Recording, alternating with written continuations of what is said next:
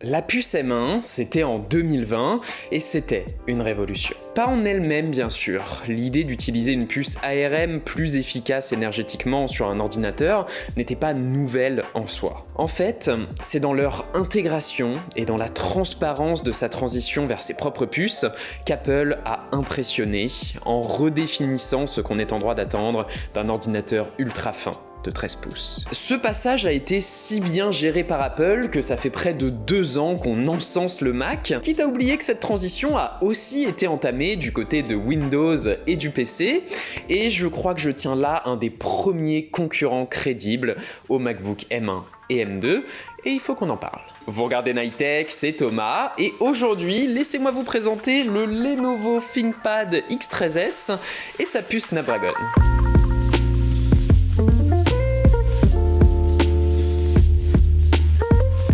Alors, tâchons déjà de comprendre à quelle machine on a affaire. Le ThinkPad X13S, c'est un ultra portable haut de gamme de chez Lenovo, difficile à trouver en France, mais dont les tarifs US sont finalement assez proches de ceux du MacBook Air. Pour vous donner un ordre d'idée sur le modèle que m'a prêté Lenovo, on retrouve en plus de sa puce Snapdragon 32 Go de RAM, 1 Tera de SSD, plein de petits bonus dont on va parler et un tarif de autour de 2000 $ il me semble, sachant que évidemment il y a aussi des configurations moins musclées et moins chères qui sont disponibles.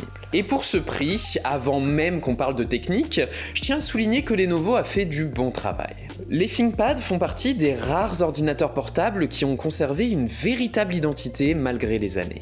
Ce X13S, dans toute sa finesse et sa légèreté, conserve les traits qu'ont les ThinkPad depuis les années genre 90, à savoir la présence d'un trackpoint, une espèce de petit joystick rouge au centre du clavier qui fait office de souris d'appoint, un trackpad surmonté de véritables touches pour le clic gauche et droit, un clavier avec une bonne frappe, j'aime vraiment beaucoup ce clavier pour le coup, et un boîtier avec un revêtement peau de pêche surmonté du traditionnel logo ThinkPad et de quelques touches d'accentuation rouge. En 2023, ça fait du bien de voir un ordinateur portable se démarquer et le faire bien, même si c'est vrai que j'aurais apprécié qu'il le fasse également sur la partie équipement, parce que bon, un écran IPS Full HD capable d'afficher 60 images par seconde maximum, c'est pas fou, il est pas super lumineux en plus, j'ai vu mieux. Pareil du côté des haut-parleurs, ils ont le bon goût d'être positionnés vers le haut, mais ils ne sont pas très puissants et un peu nasillards sur les bords, pas terrible. On s'attend à mieux dans cette gamme honnêtement, mais passons parce qu'à l'usage ce ThinkPad est étonnamment pas désagréable, et c'est là qu'il faut qu'on parle de sa puce.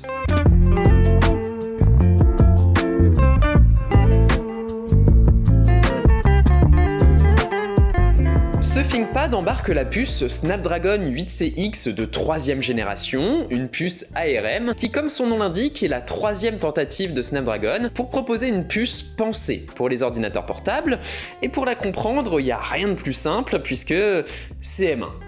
4 cœurs basse consommation et 4 cœurs performance. Dans la pratique, cette puce permet à ce Lenovo d'être particulièrement fluide au quotidien. Alors, personnellement, j'ai joué le jeu d'ARM sur Windows en utilisant un maximum d'applications compatibles et optimisées pour cette architecture, donc les applications de Microsoft en priorité en fait. Déjà, tout est franchement rapide sur Windows. Ce ThinkPad sort de veille quasi instantanément, la reconnaissance faciale Windows Hello permet d'oublier que t'as un mot de passe, le surf web sous Edge est étonnamment agréable, vraiment sous-côté Edge, surtout avec le nouveau Bing ces derniers temps d'ailleurs, et j'ai même pu lancer Figma via Edge d'ailleurs, et tranquillement faire mes petits boulots de design, jouer en streaming via Shadow a été parfaitement faisable. Honnêtement, à part pour la franche tendance de cette machine à monter en température, absence de ventilateur oblige, j'ai eu énormément de plaisir à redécouvrir Windows avec elle. Les animations et juste le look de Windows 11 font plaisir à voir dessus, tout paraît beaucoup plus vivant qu'à l'époque de Windows 10, et utiliser ça sur une machine performante, silencieuse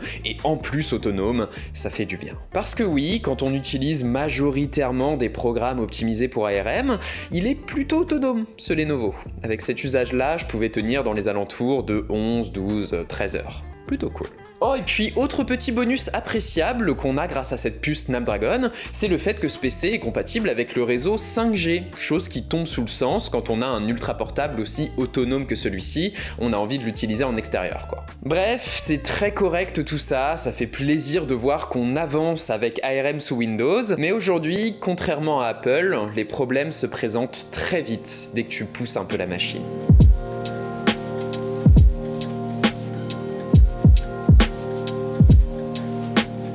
En fait, dans les faits, cette troisième génération de puces Snapdragon est presque 2 fois plus performante que la précédente, ce qui n'est pas rien, mais malheureusement, comme en témoignent ces résultats Geekbench, on est loin de M1 en matière de technique tout du moins. M1, c'est entre 30 et 50% de performance CPU en plus, et ne parlons même pas des puces M1 Pro et Max, ou des puces M2, ou des puces M2 Pro et Max.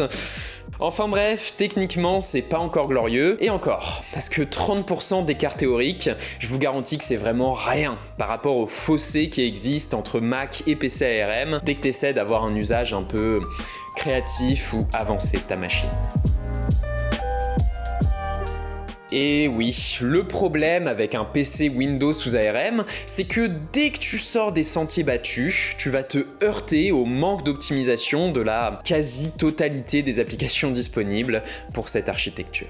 Google Chrome n'est pas compatible ARM sous Windows, sans trop de raisons. Vous pouvez quand même l'utiliser relativement confortablement via l'émulation sous Windows, mais ça aboutit à des chauffes intempestives et à une perte d'autonomie inutile. Évidemment, il n'y a aucun logiciel de montage vidéo professionnel compatible ARM sous Windows, vous pouvez oublier cet usage. Sur la suite Adobe, on a quand même Lightroom et Photoshop qui sont disponibles et optimisés pour ARM, ce qui m'a déjà étonné, mais c'est tout. Et niveau jeux vidéo, ce qui est quand même une des forces de Windows, j'ai voulu installer PES 2019 pour essayer. Ouais, bof, hein. Le PC devient bouillant au bout de quelques minutes de jeu, puis ça devient simplement impraticable. La question qui se pose alors naturellement, c'est pourquoi est-ce que cette transition met autant de temps à se faire du côté du PC, et pourquoi les développeurs mettent autant de temps à optimiser leur logiciel? Et bah, la réponse pour les deux, c'est qu'ils n'ont pas de raison de le faire plus vite au final. Du côté du Mac, Apple donne le ton. Il contrôle le système d'exploitation et la sortie de nouveaux Mac. Si Apple impose aux développeurs de faire la transition vers une nouvelle architecture, soit tu les suis, soit ton logiciel devient inadapté pour tous les nouveaux Mac qui vont sortir à partir de maintenant. Donc toi, développeur, autant te mettre au travail tout de suite au final. Du côté du PC, c'est pas ça. L'écosystème est composé d'une foultitude de fabricants, de plusieurs fondeurs qui fournissent des processeurs, et de Microsoft qui fournit le système d'exploitation. Chaque acteur de cet écosystème dépend des autres pour survivre. Résultat, personne n'a un levier équivalent à celui d'Apple, personne ne peut imposer de changement brutal, il faut que tout cet écosystème adopte et intègre le changement. Le problème de ce schéma pour ce qui est de l'architecture ARM, c'est que c'est pas juste un nouveau processeur magique.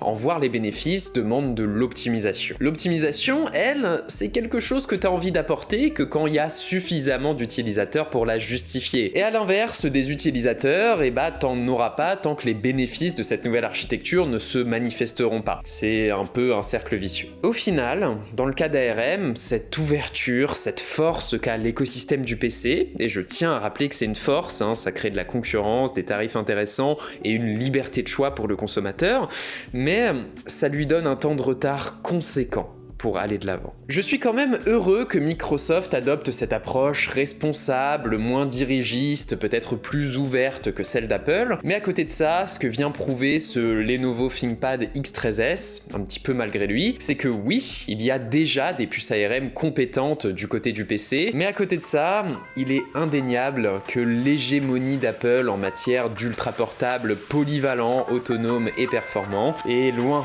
d'être prête de s'arrêter.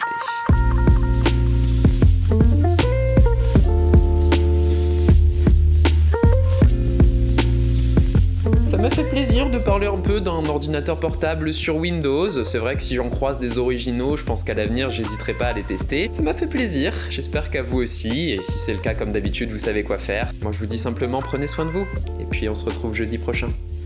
Allez, à la prochaine.